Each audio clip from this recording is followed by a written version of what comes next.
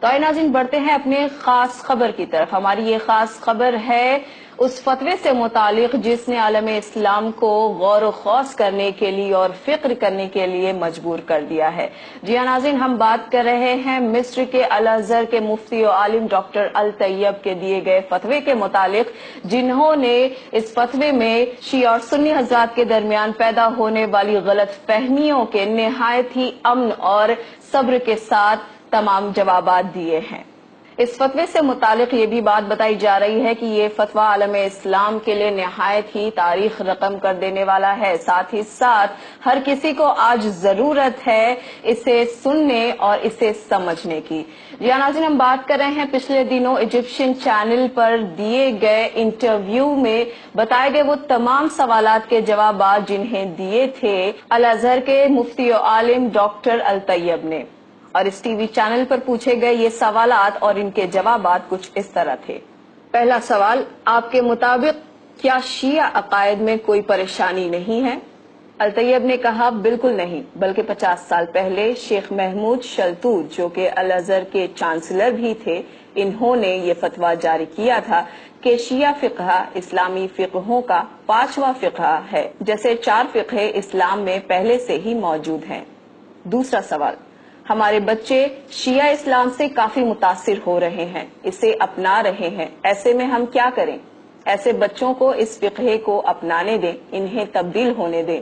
کیا ہم کچھ کہتے ہیں جب کوئی مالکی یا حنفی جماعت کو چھوڑ دیتا ہے؟ یہ بچے بس 4تھے فقہ کو چھوڑ کر 5ویں فقہ کو اپنا رہے ہیں، جو کہ لائق تنقید نہیں ہے۔ شیعہ اب ہمارے رشتہ داروں میں سے ہوتے جا رہے ہیں، ان کے بچے ہمارے بچوں سے نکاح کر رہے ہیں، اس پر آپ کیا کہیں گے؟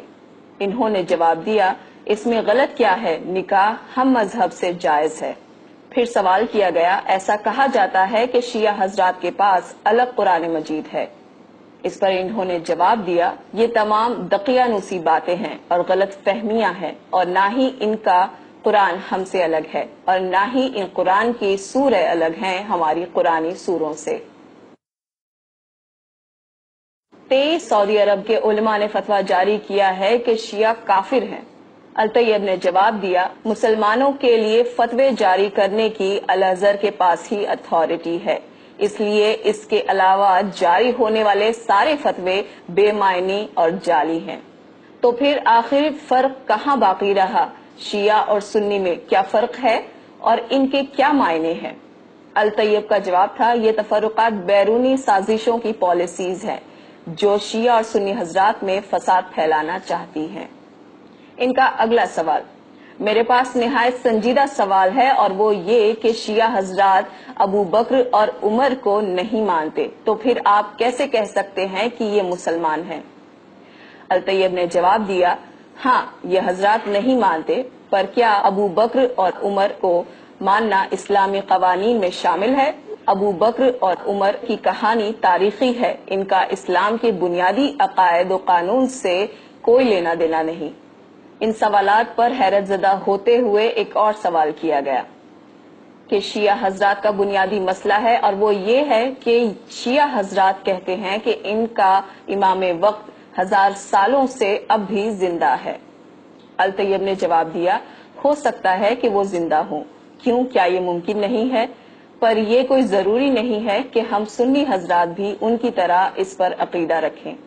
آخر میں ان سے سوال کیا گیا، امام محمد تقی علیہ السلام کے حوالے سے رپورٹر نے پوچھا کہ شیعہ حضرات کا یہ بھی ماننا ہے کہ ان کے ایک امام کو امامت 8ویں سال میں ملی، کیا یہ ممکن ہے کہ 8 سال کے بچے کو امامت ملے؟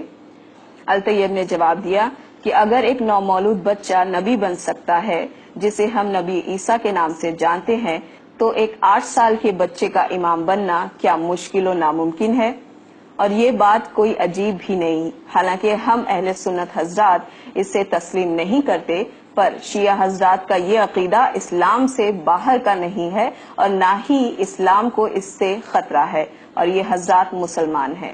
اور اس طرح الازہر کے مفتی و عالم نے ان تمام جوابات کے ساتھ یہ ثابت کر دیا کہ اسلام میں صبر و تحمل اب بھی باقی ہے، اور اس میں اتحاد دنیا کے سامنے لانا نہایت ہی ضروری